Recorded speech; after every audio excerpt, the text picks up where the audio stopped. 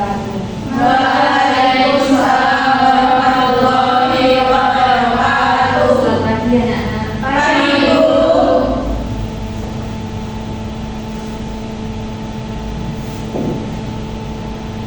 Masih pada semangat? Semangat. Nah, sebelum kita mulai pembelajaran pagi hari ini, alangkah baiknya kita berdoa terlebih dahulu menurut agama dan kepercayaan masing-masing. Berdoa mulai. Berdoa selesai. Sebelumnya Ibu akan mengecek kehadiran terlebih dahulu ya. Tias ada? Putri Restu Hadir. Nailin Hadir. Mita Hadir. Elsa Hadir. Budi Susetio Hadir. Ida Hadir. Rani. Hadir. Nah, pada pertemuan kali ini Ibu akan menjelaskan tentang teks argumentasi.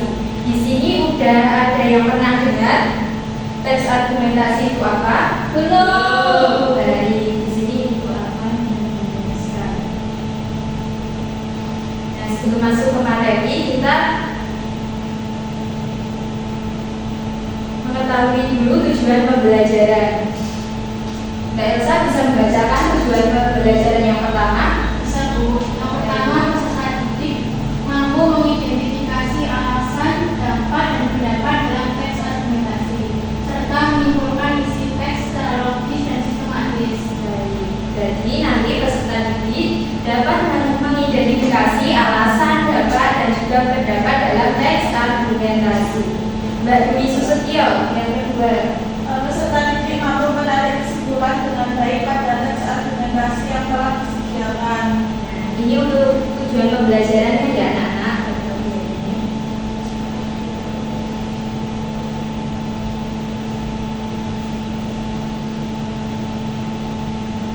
Ini merupakan pengertian dari teks argumentasi. Teks argumentasi adalah teks yang berisi penjelasan mengenai suatu pendapat atau fakta menurut sudut pandang penulis yang bertujuan untuk mempengaruhi atau meyakinkan pembaca. Nah, di sini ada apa anak-anak? Ciri-ciri. Yuk dibaca mulai dari Mbak Putri. Ciri-ciri yang pertama. Yang pertama yaitu klaim. Klaim adalah pernyataan atau pendapat yang menjadi inti dari argumen dalam teks. Klaim biasanya berupa pernyataan utama yang akan dibuktikan atau dipertahankan dalam teks. Yang kedua selanjutnya Mbak Tias. Kedua yaitu argumen dan bukti. Argumen adalah alasan atau pemikiran yang mendukung klaim, sedangkan bukti adalah data atau fakta yang digunakan untuk memperkuat argumen. Bukti dapat berupa data statistik, kutipan ahli, atau hasil penelitian yang relevan. Yang ketiga Mbak. Baca ini. Struktur logis teks argumentasi disusun secara sistematis dan logis, dimulai dari pemetaran masalah, pengembangan argumen, hingga kesimpulan. Selanjutnya Mbak Ida. Yang keempat, reputasi atau rekonsiliasi. Reputasi adalah usaha untuk menolak atau melemahkan argumen lawan dengan menyajikan bukti yang lebih kuat. Sementara itu, rekonsiliasi adalah upaya untuk mencapai kesepakatan atau titik temu antara berbagai pendapat yang berbeda. Mbak Anis selanjutnya. 5. Menggunakan bahasa yang manipulatif. Bahasa dalam teks argumentasi dirancang untuk mempengaruhi pembaca agar menerima klaim atau pandangan penulis. Kata-kata yang digunakan cenderung emotif, meyakinkan, dan menarik. Yang keenam, kesimpulan. Kesimpulan adalah pernyataan akhir yang merangkum argumen dan menegaskan kembali klaim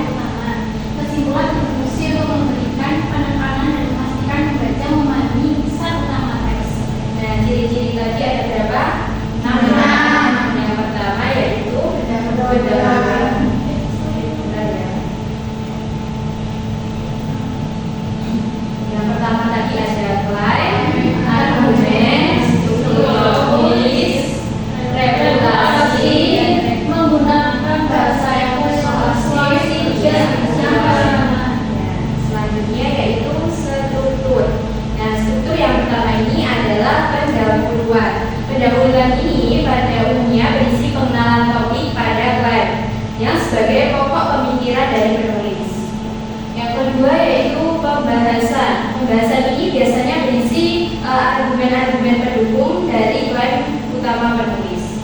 Ketiga yaitu kesimpulan. Kesimpulan ini merupakan bagian akhir yang merangkum kembali argumen-argumen sebelumnya.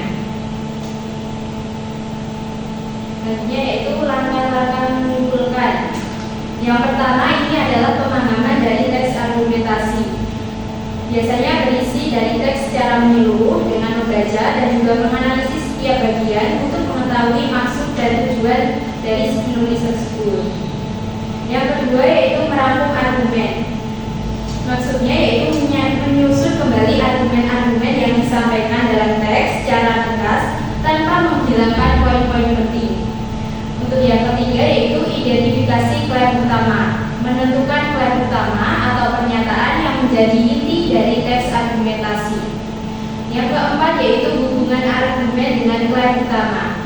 Ini biasanya menganalisis bagaimana setiap argumen itu disampaikan dapat mendukung atau memperkuat klaim utama penulis.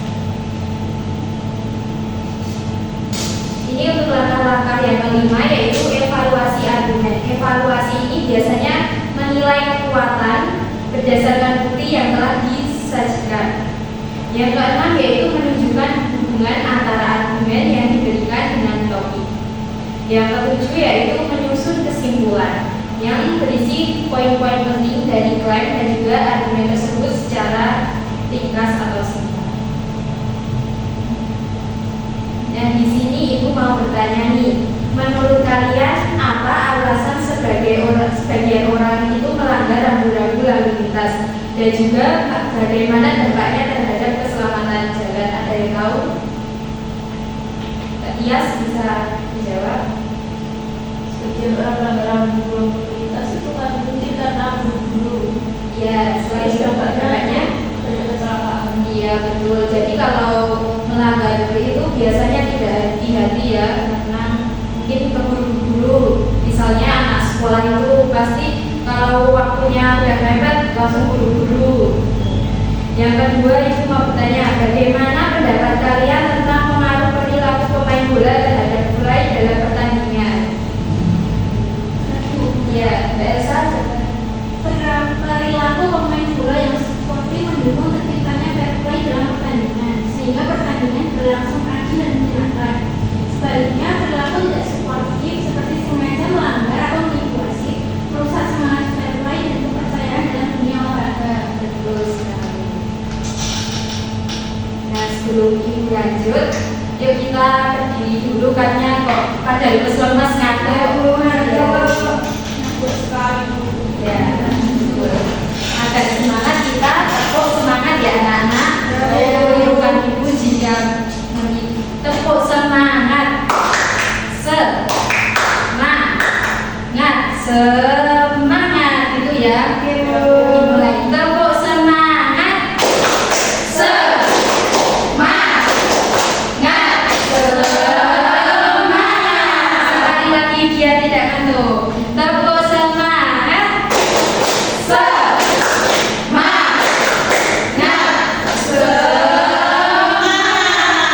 Sudah tidak ngantuk? Tidak. Oke, lanjut ya. Nah, di sini ibu kan telah menyampaikan materi. Apakah ada pertanyaan? Tidak. Oke, langsung saja ya. Ibu di sini akan membagikan LKPD. Nah, untuk teknik pengerjaannya nanti secara berkelompok ya. Satu kelompok itu 2 anak. Nah, nanti setiap kelompok perwakilan maju untuk mengambil undian ini. Undian ini nanti untuk pada saat urutan maju. Jika misalnya kelompok kalian mendapatkan nomor urut 1, nah nanti presentasi nomor 1 begitu ya, paling awal. Selanjutnya jika kalian mendapatkan nomor 2 ya jadi urutan nomor 2 begitu ya. Silakan berkelompok 2-2.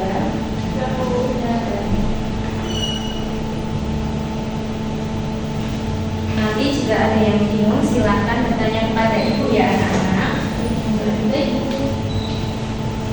Mbak Dwi sama Mbak Ira ya.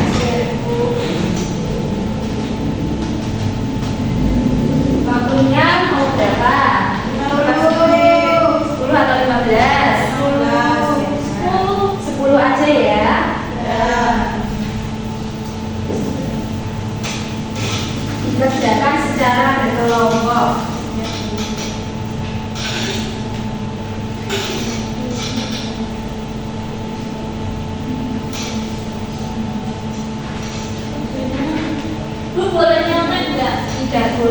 dikerjakan dengan temannya. Berdiskusi ya, tidak hanya teman yang satu saja yang mengerjakan. Bu, ini Bu, Putri nyontek Bu. Ya Bu, nanti saya catat dan kurangi nilainya ya jika jelek. Nanti nyontek Bu. Kerjakan sebisanya, salah tidak apa-apa. Baik Bu.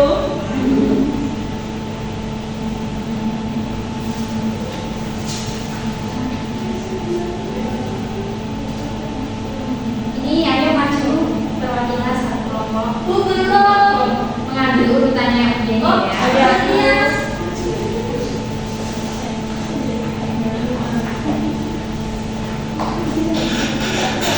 Ya, satu kelompok satu saja ya. Baik Bu.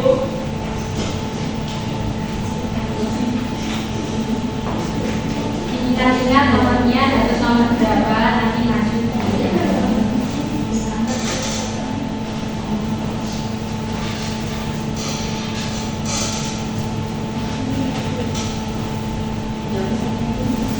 Sudah selesai bilang ya.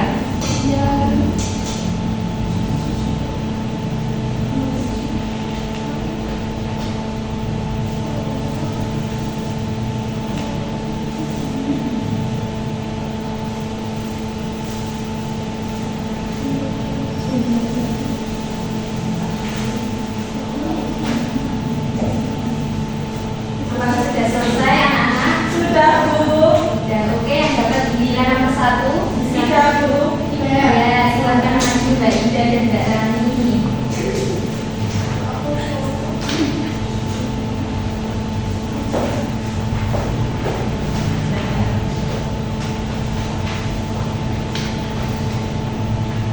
Baca semua langsung soalnya sama jawabannya saja. Oh, iya. Nggak usah. Pertanyaan pertama yaitu apakah perjuangan Ikal dan Arai dalam Sabang ini dapat dijadikan teladan dalam dunia pendidikan saat ini? Jelaskan pendapat kalian. Nah, jawaban kami, ya perjuangan Ikal dan Arai bisa dijadikan teladan dalam dunia pendidikan saat ini. Mereka menunjukkan bahwa meskipun berasal dari keluarga yang kurang mampu, dengan tekad dan semangat juang yang tinggi, seorang bisa meraih cita-citanya. Mereka tidak menyerah meskipun menghadapi banyak rintangan seperti keterbatasan finansial dan fisik. Ini bisa menjadi inspirasi bagi pelajar yang tidak mudah putus asa dalam menghadapi tantangan di pendidikan. Ya, sudah bagus. Betul. Beri aplaus ya. Selanjutnya yang dapat nomor 2. Kita nomor 2.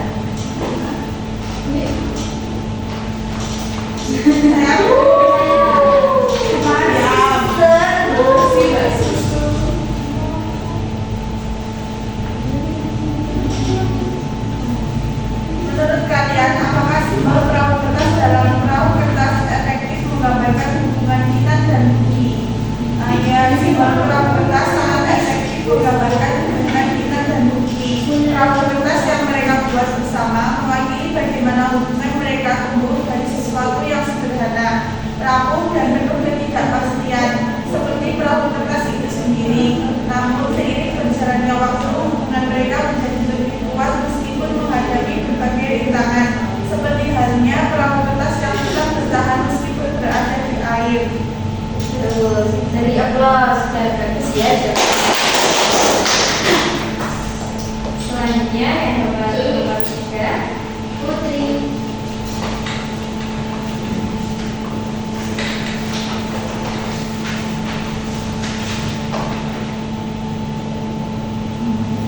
Setujukah kalian bahwa latar belakang sederhana bisa menjadi motivasi kuat yang dialami Ikal dan Arai?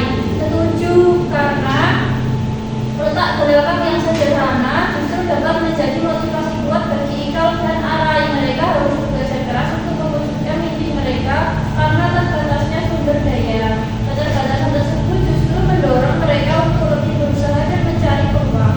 Hal ini menunjukkan bahwa kesulitan dalam hidup tidak harus menghalangi seseorang untuk meraih cita-cita, malah bisa memicu semangat juang yang lebih besar.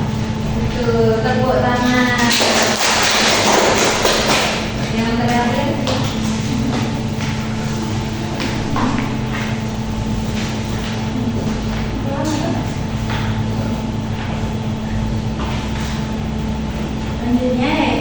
apakah konflik yang dihadapi Kenan dan Puki menunjukkan realitas hubungan remaja saat ini? Jelaskan pandangan kalian. Ya, konflik yang dihadapi Kenan dan Puki menunjukkan realitas hubungan remaja saat ini. Dalam hubungan mereka terdapat ketegangan dan perubahan emosional yang sering terjadi dalam hubungan remaja, seperti perasaan bingung tentang masa depan, pengaruh masa lalu, dan kesulitan dalam berkomunikasi. Hal ini menggambarkan dinamika hubungan yang nyata dalam kehidupan remaja yang sedang mencari jati diri dan makna dalam hubungan mereka. Baik, ikhlas ya teman-teman. Jawaban teman-teman sudah baik, bagus. Jadi sudah paham semua ya yang ibu sampaikan tadi. Baik. Nah di sini besok kita mulai mempelajari terkait materi selanjutnya ya, yaitu nanti tentang membuat teks argumentasi. Boleh searching, boleh nanti kita mulai presentasi minggu depan satu-satu ya, tidak berkelompok. Baik, itu saja yang dapat Ibu sampaikan. Semoga materi yang dipelajari pada hari ini dapat bermanfaat. Semoga kalian juga mendapatkan keberkahan pada pembelajaran kita ini. Sekian yang dapat Ibu sampaikan. Wassalamualaikum warahmatullahi wabarakatuh. Waalaikumsalam warahmatullahi wabarakatuh.